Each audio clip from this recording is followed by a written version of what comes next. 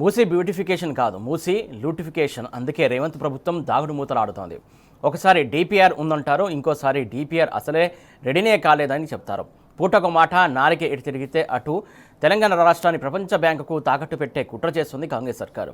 గత 10 ఏళ్లలో బీఆర్ఎస్ ప్రభుత్వం ఎన్నడూ ప్రపంచ బ్యాంకు నుంచి రుణం తీసుకునే ప్రయత్నం చేయలేదు. ఎందుకంటే వరల్డ్ బ్యాంకు చీకటి రాజకీయాలు ఎలా ఉంటాయో తెలుసు కాబట్టి. అందుకే వరల్డ్ బ్యాంకు జోలికి పోలేదు. బీఆర్ఎస్ ప్రభుత్వం ఉన్నన్ని రోజులు ప్రపంచ బ్యాంకు నుంచి తెలంగాణలోకి ₹1 రుణం కూడా రానివ్వలేదు. కానీ అధికారంలోకి వచ్చిన ఏడాదిలోపే రేవంత్ సర్కారు ప్రపంచ బ్యాంకుకు ముందు మోకరిల్లింది. దేహి అని చేయి చాపింది. యావత్ తెలంగాణను తీసుకెళ్లి ప్రపంచ బ్యాంకు కొట్టంలో కట్టేసి ప్రయత్నం చేసింది కాంగ్రెస్ పార్టీ.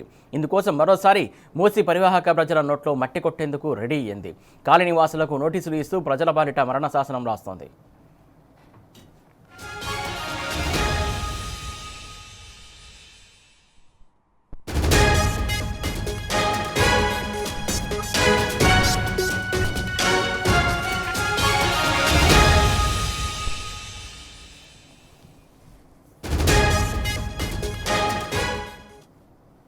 రైట్, మూసి సుందరీకరణ పేరుతో రోజుకొక మాట, పూటకు మాట మాట్లాడుతున్నటువంటి కాంగ్రెస్ సర్కార్కు మొత్తానికి ఏదైతే ప్రజాభిప్రాయ సేకరణలో ప్రజలు గట్టి జవాబు ఇచ్చారో, ఎదురు తిరిగినటువంటి పరిస్థితి నెలకొంది. దీనికి సంబంధించి తాజా అప్డేట్స్ మా కరెస్పాండెంట్ కిరణ్ అందించడానికి సిద్ధంగా ఉన్నాడు. కిరణ్, చెప్పండి, ప్రజాభిప్రాయ సేకరణ అసలు ఇప్పుడెందుకు చేస్తున్నట్టు? ముందుగా ఏదైతే మూసి పరివాహకు సంబంధించి స్టార్టింగ్లో చేయాల్సినటువంటి అంశం కదా, ఇప్పుడు ఎందుకు ప్రజాభిప్రాయ సేకరణ చేస్తారో జనం కూడా తిరగబడుతున్నట్టు తెలుస్తుంది. దీనికి సంబంధించి డీటెయిల్స్ ఏంటి?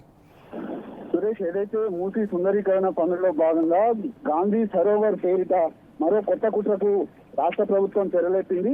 అయితే ఇందులో భాగంగా పూర్తిగా 3,000 ఎకరాలు, 10,000 ఇండ్లు టార్గెట్ గా పెట్టుకొని పూర్తిగా 5,000 కోట్లతో గాంధీ సరోవర్ ఒక స్టాచ్యూను నిర్మించాలని, గాంధీ విగ్రహం నిర్మించాలని కూడా రాష్ట్ర ప్రభుత్వం భావిస్తుంది. అందులో భాగంగానే చాలా మంది ఏళ్లుగా దాదాపు 10-15 ఏళ్లు 20 ఏళ్ల నుంచి ఉన్నటువంటి అపార్ట్మెంట్ వాసులందరికీ కూడా పూర్తిగా నోటీసులు జారీ చేస్తుంది. ఇందులోనే పూర్తిగా చాలా మంది లోన్లు ఉన్నాయి. ఇందులో మహిళలు, వృద్ధులు ఎక్కువ సంఖ్యలో ఉన్నారు. వాళ్ళంతా కూడా కంటతడి పెట్టుకుంటున్నటువంటి పరిస్థితి. దాదాపు 3,000 ఎకరాల్లో ఇది అవసరం కాని ప్రాజెక్టు, కనీసం పనికిరానటువంటి ప్రాజెక్ట్ ని ముందు వేసుకొని రాష్ట్ర ప్రభుత్వం రేవంత్ రెడ్డి తీసుకుంటున్నటువంటి నిర్ణయాలపైన వాళ్ళంతా కూడా ఆగ్రహం వ్యక్తం చేస్తా ఉన్నారు.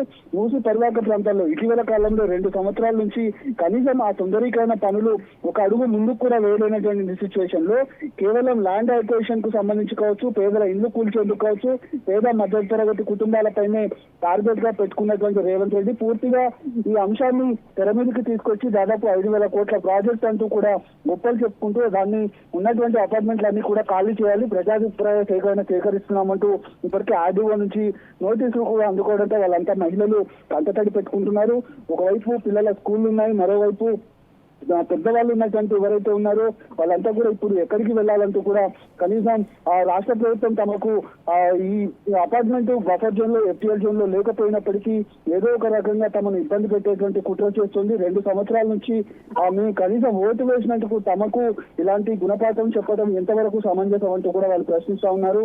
ఈ నేపథ్యంలోనే 3,000 ఎకరాలు కావచ్చు, అటు మరోవైపు ఎస్టీపీల పేరుతో కావచ్చు, డిగ్రీ కళాశాల పేరుతో కావచ్చు, ఏదైతే బండ్లగూడతో పాటు హైదర్షా కోర్టులో ఉన్నటువంటి కొన్ని ప్రాంతాలను కూడా టార్గెట్ చేసి నోటిఫికేషన్లు జారీ చేసి పూర్తి స్థాయిలో వాళ్ళ ఇళ్లను లాక్కునేందుకు కూడా రాష్ట్ర ప్రభుత్వం రేవంత్ రెడ్డి చేసినటువంటి కుట్రలపైన వాళ్ళంతా కూడా తిరగబెడతా ఉన్నారు.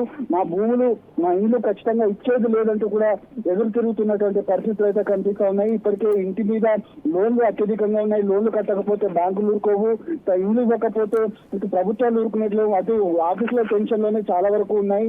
ఏదైతే ఏఐ కారణంగా ఉద్యోగాలు కోల్పోతున్నటువంటి ఈ తరుణంలో ఇప్పుడు కొత్తగా ఇల్లు టెన్షన్ పట్టుకుంది తమకంటూ కూడా ఆందోళన వ్యక్తం చేశారు. కొంతమంది రిటైర్ అయినటువంటి ప్రభుత్వ ఉద్యోగులు కూడా ఇందులో భాగస్వామ్యం ఉన్నారు. అందులో వాళ్ళు కూడా చాలా మంది ఇబ్బందులు పడుతున్నటువంటి పరిస్థితి కనబడుతుంది. వేలాది మందికి చదువులు చెప్పినటువంటి తమకు ప్రస్తుతం రెస్ట్ తీసుకోవాల్సినటువంటి సమయంలో రాష్ట్ర ప్రభుత్వం ఇలాంటి కుట్రలకు తెరలేపుతూ ఉన్నటువంటి ఇండ్లను తీసుకోవడం ఎంతవరకు సమంజసం అంటూ కూడా ఆగ్రహం వ్యక్తం చేస్తా ఉన్నారు.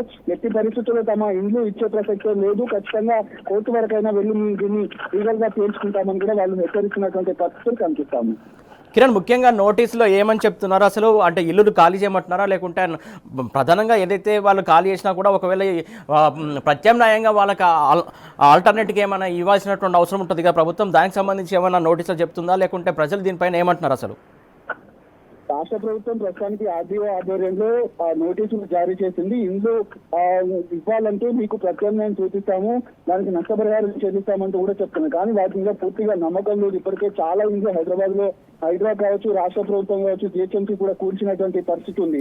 అయితే వీటన్నిటిపైన ఏ విధంగా మమ్మల్ని పంపిస్తారు, అసలు నష్టపరిహారం అంటే ఎంత మేర ఇస్తారు, ఇక్కడ మాకు చాలా పీస్ఫుల్ గా ఉన్నటువంటి ప్రశాంత వాతావరణంలో మేము కొనుక్కొని కట్టుకున్నటువంటి ఇండ్లు ఏవైతే ఉన్నాయో వీటన్నిటికీ ప్రస్తుతం పంపించి తమకు ఎక్కడికి పంపిస్తారు ఏది క్లారిటీ లేకుండా ప్రస్తుతానికి ఉన్న ఫలంగా ఇండ్లు ఇవ్వమంటే ఎందుకు ఇస్తామంటూ కూడా వాళ్ళు ప్రశ్నిస్తా ఉన్నారు.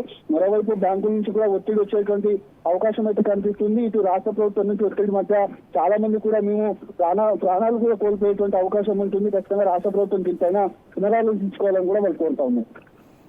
Right Kiran, thank you.